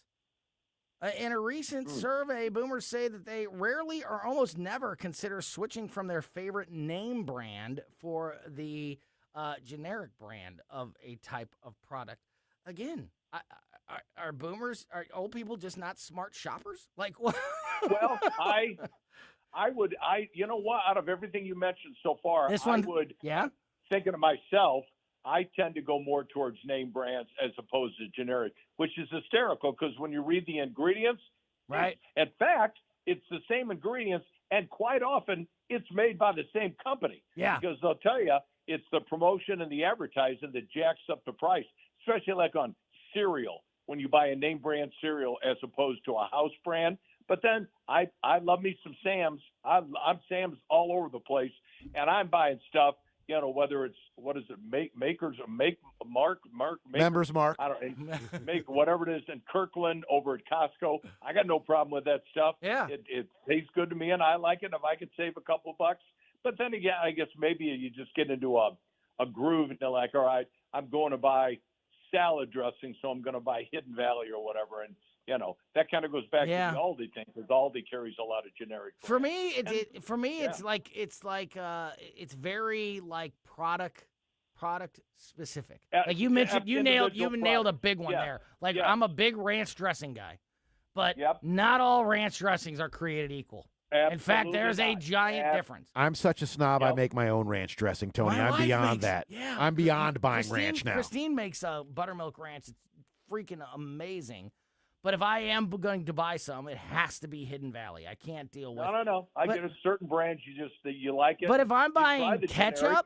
if I can buy, if the Schnucks brand ketchup is $1.50 cheaper than the Heinz, I'll buy the Schnucks tomato ketchup all day. You know what I mean? Hey. Like, sure. It's very product specific, not necessarily. With you. Yeah, with not you. necessarily like Yeah. I'm against the generic brands. Here, one more here. Again, I feel like this whole list is just is fake news and targeting your generation, Mark. I got a lot of nerve. Boomers don't like understaffing. Quote, grandparents don't want to deal with longer checkout lines, slower service, and fewer opportunities for personal interaction. Guess what? Again, neither do I. And I'm not a grandparent. Yeah. What do you mean No. understaffing is only something that old people hate? No. Yes. Who wants to go to a store and stand around? You're paying your money. Give me some damn service, man. Ask somebody. In fact, more and more stores now, when you walk around, you'll see somebody walk by and they'll go, hey, can I help you with something? I love that because I'm always clueless what I'm buying. So when someone tells you, it's like, yeah, I don't think that's got nothing to do with age. I think everybody feels better about that. It's like, oh, we've got 2 checkout guys or 26. Oh, no, give me the 2. Of course you want more. You want to get out faster. So that's dumb. Exactly. Marker, great stuff as always, buddy. Before we wrap it up, what's the latest? You talked about the show on Sunday. I'm glad you got that in because the rain was, I knew was an issue this past weekend, and some places got it worse than others, and I'm glad you were able to get that in. starting the month of August here, so still plenty of summer to go. What's the latest with the band, and what's happening, if anything, that we need to let folks know about at Casey? What do we need to let the folks know about?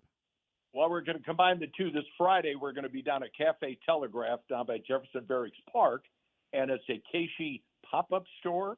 We got a new item. We got a camouflage ball cap and a couple of new tumblers, and we'll be going from 11 until 6. Learn. We'll broadcast 11 to 2. Then Timmy's going to be on from 2 to 6, and our band, Close Quarters, will play from 7 until 10. So you can come down and enjoy some great food. Maybe try the Fred Flintstone 3-pound pork steak. You and 12 of your friends. Baby. This thing is like, it's like a pig laying down on your plate. No kidding. It's a lot of pork, but it's excellent. It's really good. So we'll be there Friday, and then Saturday, make it Sunday, we'll be back out of Dog Prairie, which is out in St. Paul near O'Fallon. They got a great outdoor, just patio, porch, beer garden, whatever you want to call it. Plenty of umbrellas and tables. We play out there from 3 until 6. So we're out and about. August is a real busy month for us. We'd love to see you. Come on out and have some fun. Man, I'm trying to picture a 3-pound pork steak. It's massive. And where the pig, how do you get that off how big of a pig are we? That is I love me a pork steak. That's as good as I'd take that challenge. Oh, amen, I'd take it. Daddy. Oh, I would too. It's tender as hell, man. It's sometimes you get a bigger piece of meat and it gets tough. This thing is pork steak is outstanding. So bring the family down, get the 3-pound pork steak and 4 or 5 sides. Meals covered, baby. You're good. Everybody's going to walk out full. No me doubt. and Johnny might just come down and get 6 pounds worth of pork steak and see who can take down the most. I'm in. I think I can finish it all day. I'll chew the fat too. I don't care. Marker, great stuff. I like it. Yeah, great stuff, buddy. Really appreciate your time as always, and look forward to talking to you again next week. Mark Close, in case you See you guys. Yeah, Bye-bye. Great stuff. And as I mentioned, of course, Closest Cabinet brought to you by Weber Chevrolet. Weber Chevrolet about to celebrate 125 years in the St. Louis area.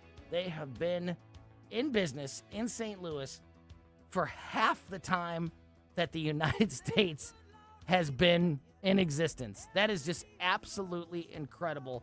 And you don't stick around in the same community if you're not doing right by your customer year after year. Year after year, they are number one when it comes to customer service rankings or reputation scores. So if you are looking for a new vehicle, nobody's going to give you a better deal on a new or used vehicle. Nobody's going to give you more on your trade-in than Weber Chevrolet, and nobody's going to take care of you in that new vehicle for the entire time that you have it better than the team at Weber Chevrolet. Check out what's happening at all 3 area Weber Chevrolet dealers now by going to WeberChevrolet.com. All right, in about 10 minutes or so from now, we're going to talk to Stel Babe, producer Stel Ponticus, our intrepid Cub reporter in the field. As we continue to unpack last night's election results, we also have the latest coming out of the negotiations with Iran. We'll get you updated on all of that and more as we continue here on Colombo and Company. I really like all the things you're saying. News, analysis, opinion. Thank you very, very much. News Talk STL. Fox News commentary with Lara Trump next.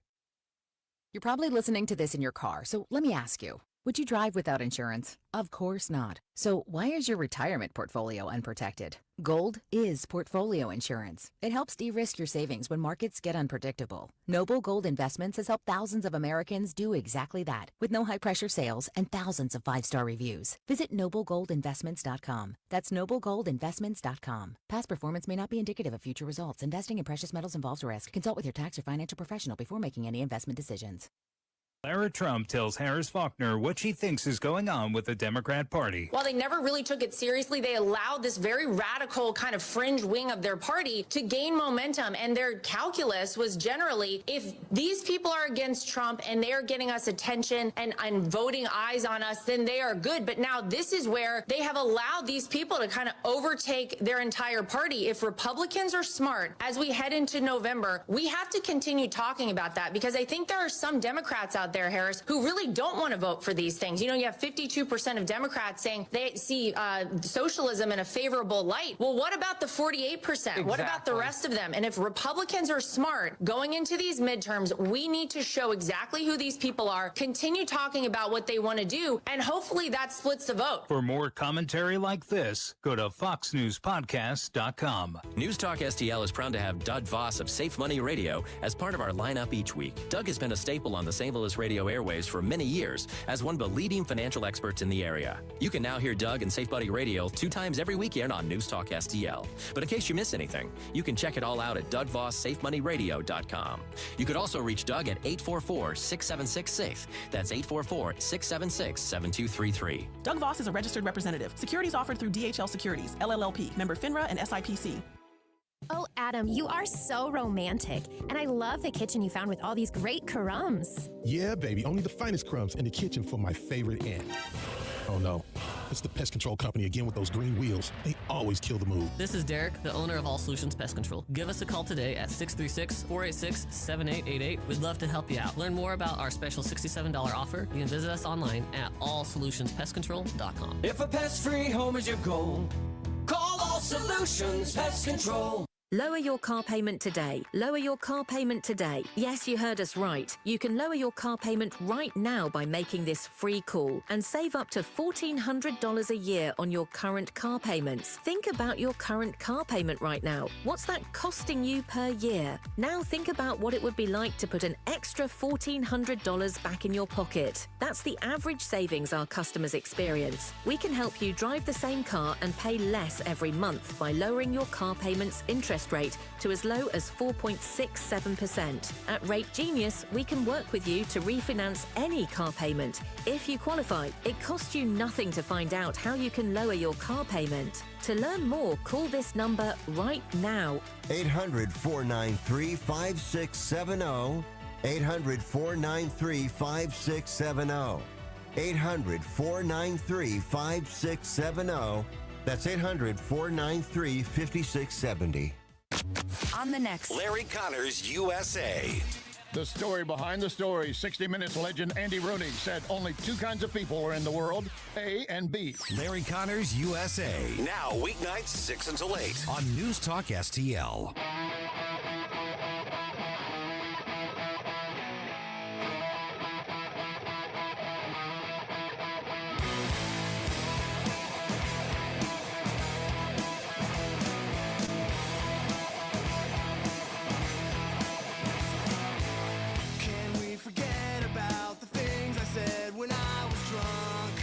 Welcome back to Colombo & Company on 101.9, 94.1 News Talk STL. Thanks again to Mark Close from KC95 for joining us in that last segment. Close's Cabinet here on Colombo & Company. In just a minute, we're going to get Stel Babe on the phone, producer Stel Ponticus on the line as we continue to unpack last night's election results. I haven't had a chance to talk to Stel since the elections yesterday, so I'm really looking forward to his reaction to Amendments 4 and 5 going down, drastically. However, a lot of the Republican incumbents, that put out legislation like Amendments 4 and 5, they got mostly a ringing endorsement from the voters yesterday. A lot of the incumbent Republicans that faced primary challenges, whether you're talking about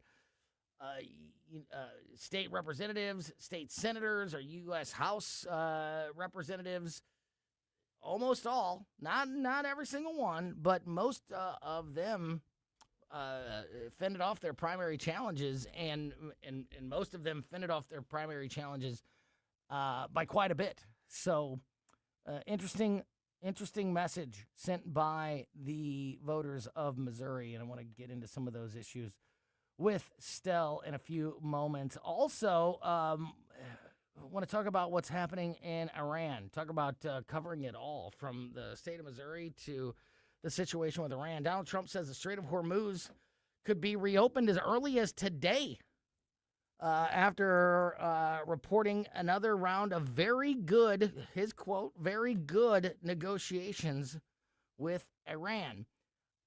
for me, this just feels like we are relapsing back into the same situation that we were in 2 weeks ago, 2 months ago, and this is now the second time that I feel like I was misled by the seeming path that we were being put on by the administration. The first time was about a month ago, before that first 60-day negotiation period, before the announcement of the first MOU, Memorandum of Understanding, or whatever it was. I thought at that time had run out on negotiations, and the administration was tired of the lies and the obstruction and everything that we were getting from the Iranian regime, and that we were switching to more of a military approach. That didn't happen, because when I felt like that was about to happen is right when they signed the MOU and we started a 60-day ceasefire and negotiation period that we didn't even make it, halfway through before that all fell apart. Then about 2 weeks ago, same thing. I thought, as we saw a really strong military action taken by the administration in Iran, I said it on the air at the time. I said, I feel like we're at a point here where the one thing we're not going to do is what we've been doing. It's either going to be a strong military action or some other route to try to get some closure or make some progress with the conflict in Iran and with the Strait of Hormuz. The one thing that I didn't think would happen was that we'd still be talking about another round of progressive conversations. And we're, it could be a week now before we get anything done. And yet that's where we have been right back to. So I don't know. Now that we're past, especially here in Missouri, now that we're past the primary elections of yesterday, and now we could put our full focus on the upcoming November midterms, we can start having conversations about how much these things are going to impact the November midterms and voters' support for the Trump administration and the Republicans who currently have the very slim majority in both the House and the Senate. So I want to dig in to these issues and continue the conversation with the great Stel Ponticus, producer Stel Babe, going to join us next. You're listening to Colombo and Company. Got scrap metal, junk cars, or old appliances taking up space? Turn that clutter into cash. Since 1968, 21 Recycling and Scrap Metal has been the area's trusted name for recycling. We buy copper, brass, aluminum cans, scrap iron, wheels, catalytic converters, AC units, water heaters, washers, dryers, and yes, junk cars too. With our brand new truck scale on premises, getting paid is fast and easy. Old Highway 21 by Highway M or 21-recycling.com. Hey, it's Mike Ferguson. Mario's Donut Restaurant, that's your place to go for breakfast, lunch, and dinner. From mouth-watering sandwiches, omelets, delicious gyros, and Mexican dishes, to their revamped menu with cannolis, tiramisu, baklava, and danishes. And don't forget those famous donuts.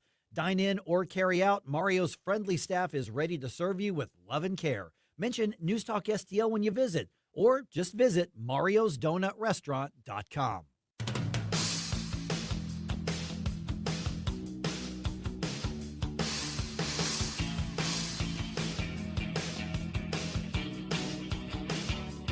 Welcome back to Colombo Company on 101.9 News Talk STL.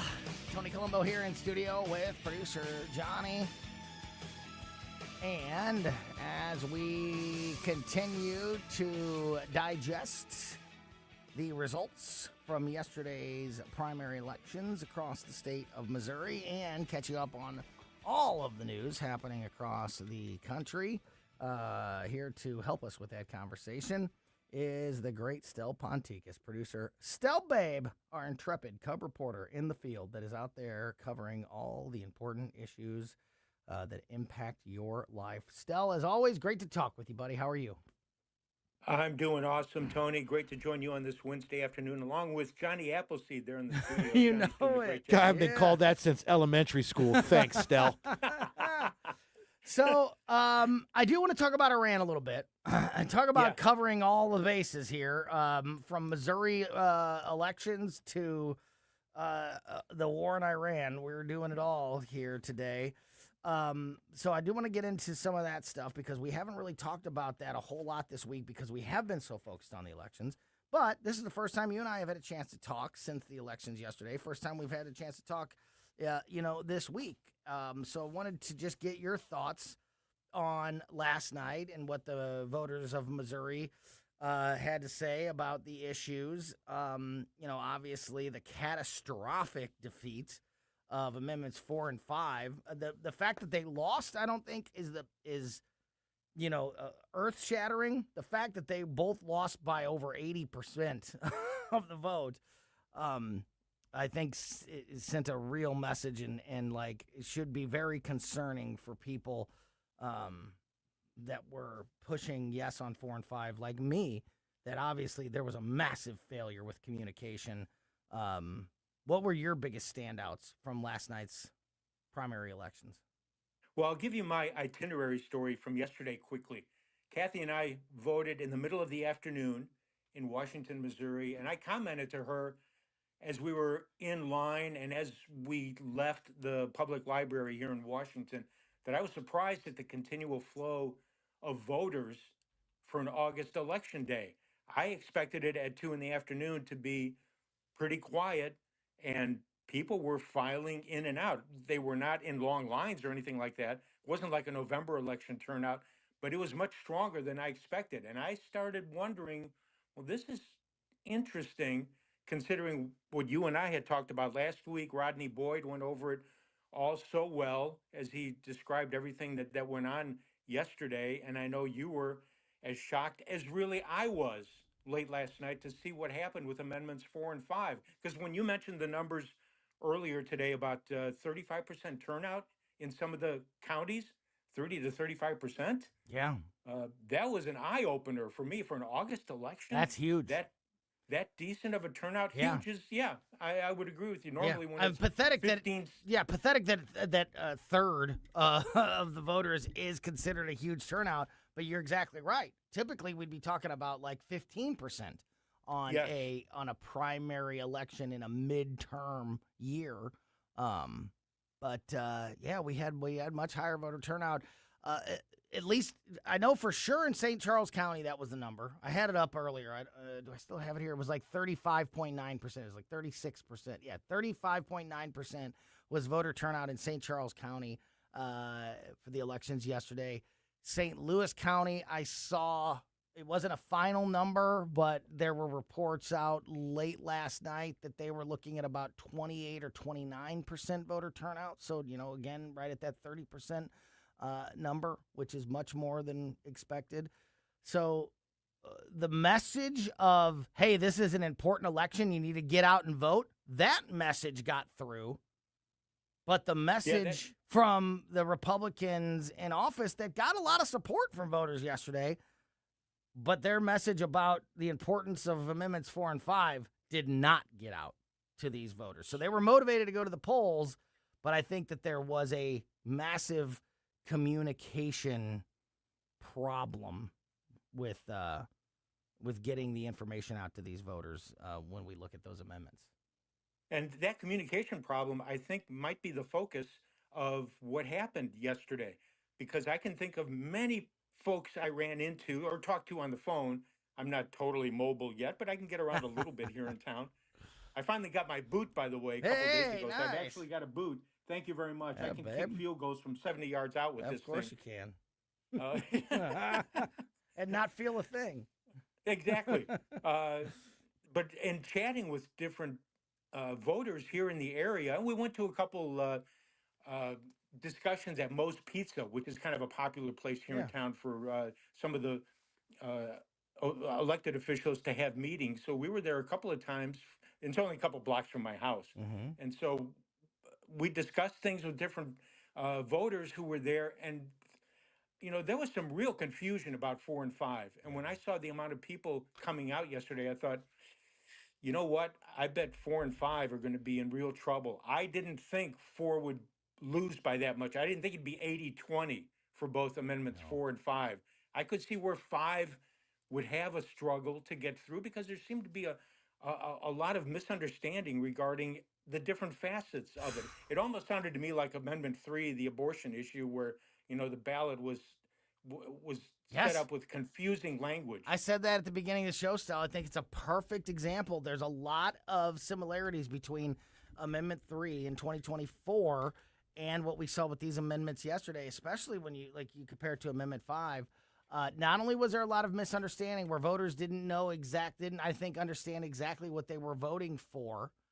Also, I think that you could make the argument that the Republicans with this, they tried to do too much at once, or tried to do too much, without having a better understanding of what the sales tax issue would look like afterwards. We're going to do this part first and then trust us, we're going to get the other part done later.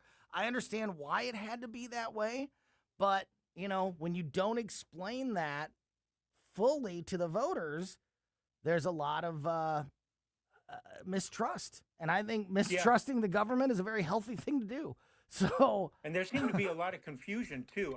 I will say that our boss Jeff Allen had talked to me, I guess, a couple of weeks ago after we had gone to one of the get-togethers at Moe's Pizza here in town, and he said, "What does it feel like on the ground in Franklin County?" And I said, "I got to be honest, Jeff.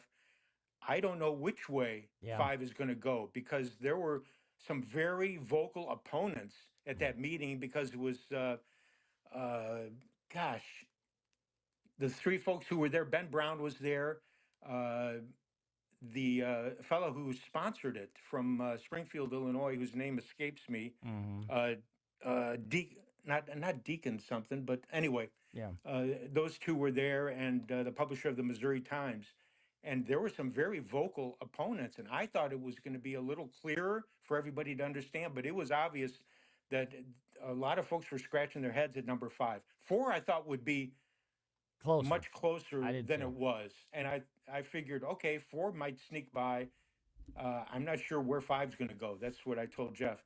I did not expect 80-20, no votes on 4 and 5. And it's going to be really interesting to see what lessons are learned and applied to upcoming elections, including the November general elections. The election talk does not go away with the passing of yesterday's primary elections. It's now we just refocus on the November general election. Talking to Stel Ponticus, producer Stel. Babe, just a few minutes left here. Stel, like I mentioned, I did want to get your thoughts on the latest in Iran. I mentioned a moment ago, I feel like I was sort of duped for the second time now when I'm seeing all these reports over the last 48 hours of the president coming out and the administration coming out, once again talking about the negotiation process. And we could have an agreement in the Strait of Hormuz, maybe today, maybe tomorrow, definitely in the next, week or so. I feel like that statement has been made, hey, we're real close to making an agreement. We're days away from a new agreement. I feel like that statement has been made 100 times over the last 5 months, and we haven't really made any progress. I thought we were past that and starting to kind of go into a different phase, but maybe not. What are your thoughts of where we're at with this conflict with Iran? What it feels like to me is Lucy pulling the football every single time on Charlie Brown. And I'm honestly flummoxed by the fact that now we're hearing stories of Iran and Oman working on, I guess, some sort of agreement to keep the straits open. But wouldn't the U.S. be part of those discussions? And that the ones I saw, maybe you saw something differently, but I saw yesterday where Iran and Oman were working it out seemingly on their own. And that kind of had me stumped. But I feel like you do. we've gone through this, I don't know how many times, and you and I have discussed it on air too. I don't feel comfortable with anything revolving around this situation. And I certainly hope that there's an agreement here soon, but like I you, don't see how there could be. I'm skeptical. Yeah. Again, 20 minutes ago, there was a headline out. Iran commander says Tehran will keep pursuing nuclear weapons as long as the United States and Israel possess them. That does not sound like a regime that is on the brink of signing a peace agreement. No. And, you know, I just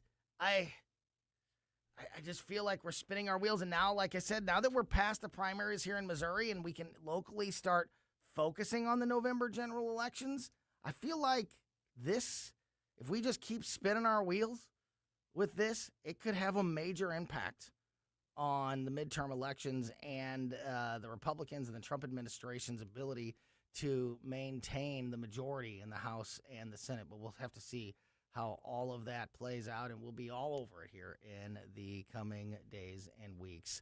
Stel Pontica, Stel Babe, great to talk with you as always, my friend. Really appreciate your time. Talk to you again soon.